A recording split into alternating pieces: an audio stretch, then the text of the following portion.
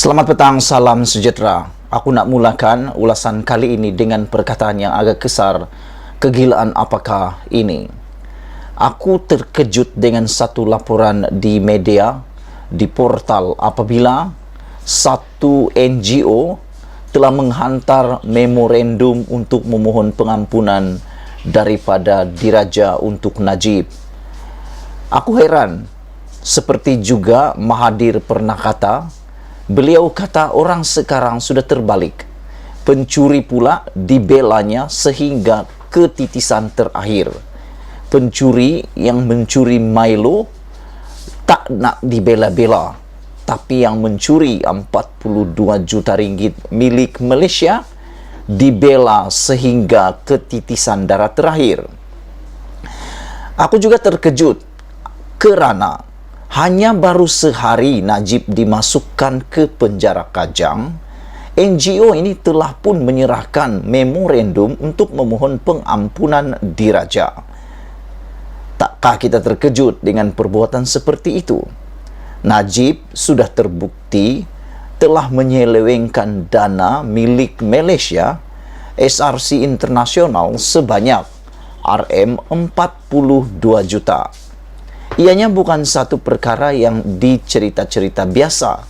Ianya bukan dibuat-buat, tapi telah dibuktikan di mahkamah.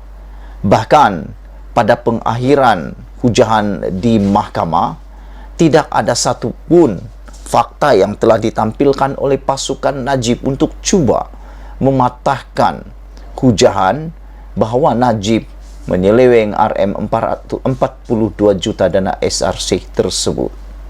Hari ini, NGO itu telah menyerahkan memorandum pengampunan diraja di Istana Negara. Sebuah pertubuhan bukan kerajaan NGO, iaitu Pertubuhan Jalinan Perpaduan Negara Malaysia, menyerahkan memorandum kepada Yang di-Pertuan Agong Al-Sultan Abdullah Riayatuddin Al-Mutawallilah Shah pada hari ini, iaitu Rabu.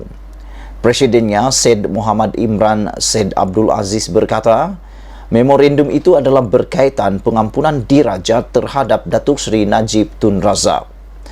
Pengampunan diraja terhadap Najib perlu dilakukan oleh kerajaan dan Perdana Menteri harus memberi surat kepada Yang di-Pertuan Agong. Katanya pada sidang akbar di luar Istana Negara selepas menyerahkan memorandum kepada Pegawai Perhubungan Akbar Istana Negara Husni Yusof pada Rabu.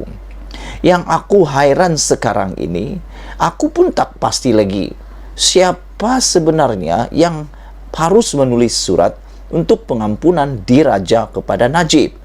Kerana setahu aku pernah membaca beberapa artikel yang menulis bahawa yang akan memohon pengampunan diraja itu adalah Perdana Menteri bersama beberapa orang daripada Kuala Lumpur yang berkaitan. Yang ini pula sebuah NGO. Apa kuasa NGO untuk memohon pengampunan diraja untuk Najib? Para penonton sekalian, aku secara peribadi, aku tak berapa menyokong kepada permohonan pengampunan baru sehari Najib dimasukkan ke penjara. Bukan kerana aku tak sokong Najib, bukan kerana aku tak suka Najib, tetapi hal ini akan menyebabkan satu perkara dalam undang-undang yang dipanggil duluan, iaitu menjadi ikutan kepada hal-hal ataupun ikutan kepada kejadian-kejadian jenayah, tangkapan-tangkapan atau orang yang dipenjarakan pada masa akan datang. Sebagai contoh, sekiranya ada seseorang itu yang didapati bersalah dalam kes yang sekarang yang sedang berjalan di mahkamah, seperti kes Lim Guan Eng melibatkan terowong dasar laut di Pulau Pinang, bayangkan sekiranya Najib mendapat pengampunan diraja ini hanya selepas sehari dipenjarakan, walaupun telah dinyatakan didapati bersalah dan dijatuhi hukuman penjara 12 tahun, denda 210 juta, yang mana kalau Najib gagal membayar 210 juta tersebut, RM 210 juta tersebut, Najib terpaksa menambah pula hukuman penjaranya selama 5 tahun lagi, bermaksud Najib perlu menjalani hukuman 17 tahun. Bayangkan sekiranya beliau mendapat pengampunan ini hanya sehari atau semalam atau 2 malam di penjara. Tiba-tiba pula Lim Guan Eng, katakanlah dia dimasukkan ke dalam penjara, dia pun pula menuntut sekali lagi nak dilepaskan melalui pengampunan diraja. Beliau pasti boleh mendapatkannya kerana ada duluan yang telah berlaku. Kalau Najib dilepaskan daripada hukuman penjara, ini menjadi duluan beban besar kepada yang di Pertuan Agong. Selepas Syed Muhammad, pengerusi kepada pertubuhan NGO ini, bersama 300 penyokong, Najib berhimpun secara aman di hadapan Istana Negara bermula jam 2 petang tadi. Selepas berkumpul kira-kira 15 minit, Syed Muhammad Imran bersama 2 lagi ahli persatuan itu memasuki Istana Negara melalui pintu 3. Mahkamah Persekutuan pada Selasa mengekalkan sabitan dan hukuman penjara 12 tahun serta denda RM 210 juta yang dihadapi bekas Perdana Menteri itu dalam kes penyelewengan dana RM 42 juta milik SRC Internasional. Syed Muhammad Imran berkata, memorandum itu juga memohon yang di Pertuan Agong menitahkan Peguam Negara Tan Sri Idrus Harun serta Ketua Pesuruh Jaya Suruhanjaya Pencegahan Rasuah SPRM Tan Sri Azam Baki menghadap Sri Paduka Baginda berhubung kes konflik berkepentingan Hakim Datuk Muhammad Nazlan Muhammad Ghazli. Wow, ini pun aku pun tak setuju.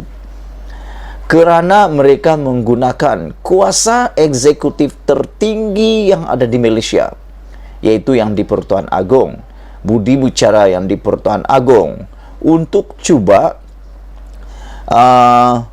memohon yang Sri Paduka Baginda untuk pula menitahkan Peguam Negara. Aku fikir perkara ini sudah melampaui batas permohonan satu-satu NGO. Kerana kuasa untuk membuat seperti ini hanya ada eksklusifnya kepada Perdana Menteri. Pada Mei lalu, SPRM mengesahkan kertas siasatan tersebut sudah diserahkan kepada Jabatan Peguam Negara. SPRM dilaporkan berkata, kertas siasatan itu diserahkan pada 18 Mei lalu selepas pihaknya melengkapkan siasatan mengenai dakwaan sumber kekayaan yang tidak dijelaskan membabitkan Muhammad Nazlan. Kertas siasatan itu dibuka susulan Muhammad Nazlan membuat laporan polis menafikan tuduhan dibuat penulis blog Raja Petra Kamarudin mengenai dakwaan ada sejumlah wang yang tidak dapat ditentukan punca dalam akaunnya. Yang terakhir daripada aku adalah, kenapa NGO ini tidak memohon pula menulis dalam memorandum ini yang paling patut berlaku, yang paling patut dipohon oleh NGO ini adalah supaya yang di Pertuan Agong menitahkan Raja Petra Kamarudin pulang semula ke Malaysia. Itulah yang patut, bukannya membuat tuntutan yang seperti itu. Yang terbaik adalah tulis dalam memorandum itu meminta Raja Petra Kamarudin pulang ke Malaysia. Sekian dulu ulasan kali ini. Jangan lupa tinggalkan komen anda tentang isu NGO menyerahkan memorandum pengampunan Najib di Istana Negara hari ini, walaupun baru sehari Najib meringkuk di penjara. Apa pendapat kamu semua? Adakah anda sependapat dengan saya? Malaysia kita punya, kita jaga sama-sama. Cintai Malaysiaku. Kita jumpa lagi. Bye-bye.